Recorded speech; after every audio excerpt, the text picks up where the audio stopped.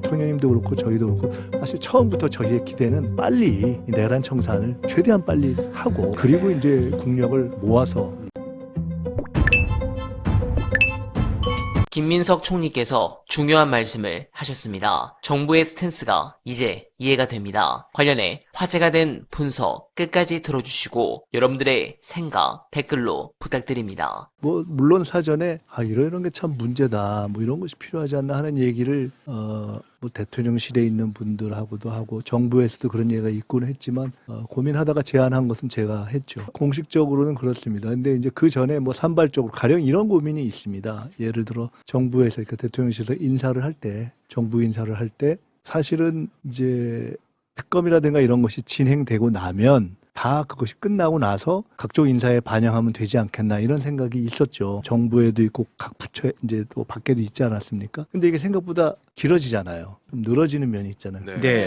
근데 인사는 해야 되고 그러니까 그 어떤 약간의 기간의 미스매치 같은 게 있어서 이게 참 좀 곤란하다 이런 것이 있고 그러니까 한편으로는 국민들 사이에서는 이거 제대로 다 내란에 관련한 사람들을 뭔가 좀 정리한 거야? 이런 문제 제기도 있고 네. 군 인사 같은 경우에는 이거 뭐야? 제대로 하는 거야? 이런 예. 문제 제기가 있고 그러니까 한편으로는 제대로 안 됐다는 측면도 있고 또 한편으로는 그러다 보니까 인사를 제대로 하려고 최선을 다해서 해도 이거 제대로 안 한 거지 이런 또 과한 또 우려가 있고 이게 양면이 존재하는 거예요. 네네. 그래서 어쨌든 특검이나 이런 일종의 사법적 절차를 거치지 않더라도 정부 자체에서 할 수 있는 부분은 최대한 가급적 빨리 해서 인사에 반영할 수 있는 정도는 하는 것이 오히려 이 공직사회 안정에 도움이 되겠다는 생각을 하게 된 거죠. 네. 그런 것에 대한 실무적 고민이 있고 그런 관련한 의견을 나누다 보니까 이걸 해야 되겠다 싶어서 제가 대통령께 이제 그날 네. 정식으로 말씀을 드린 거죠. 실제는 어때요? 지금 공무원 사회? 그렇지 않아도 오늘도 제가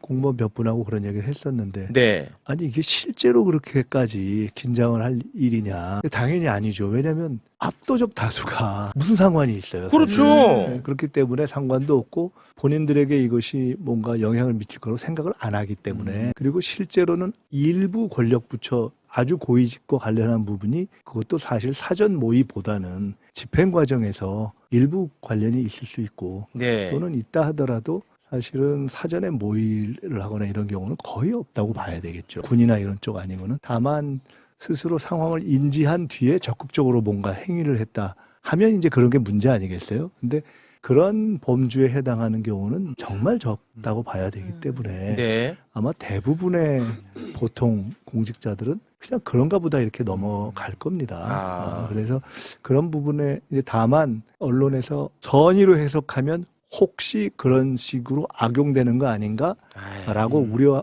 만약 정말 있다면 그런 우려의 0.1%라도 없애기 위해서 잘 절제해서 해야 된다. 그래서 오늘 저희 매불쇼 끝나고 오후에 이번에 이제 각 부처에서 이와 관련한 TF를 만들었고 총리실에서는 총괄 TF를 만들어서 전체 TF를 만들었거든요. 그렇죠. 그 전체 TF의 첫 오리엔테이션을 오늘 합니다. 아. 그래서 사실은 제가 오늘 거기에 가서 몇 가지 기조에 대한 이야기를 또 해야 하려고 좀 생각을 하고 있는 것이 있는데 네. 대략의 큰 원칙은 원칙과 절제 이렇게 두 가지로 저는 생각하고 있습니다. 정말 문제가 있는 부분은 원칙에 따라서 딱 짚을 건 짚어야 되는 이것이 무슨 대상이나 기간이나 내용, 범주 또는 그것을 다루는 어떤 방식 이런 부분에 있어서의 절제는 갖추는 것이 좋겠다 하는 것을 제가 조금 더 이렇게 세부적인 예를 들어가면서 몇 가지 설명을 할 생각입니다. 그리고 아까도 말씀드렸지만 어차피 이제 사법적으로 다룰 것은 사법적으로 다루는 것인데 지금은 이게 경제도 조금 이렇게 나아지고 있고 한 상태에서 할 수 있다면은 최대한 빨리 공직사회 안정부터 시작해서 이제는 좀 달려나가야 되는 때이기 때문에 네. 오히려 대통령님도 그렇고 저희도 그렇고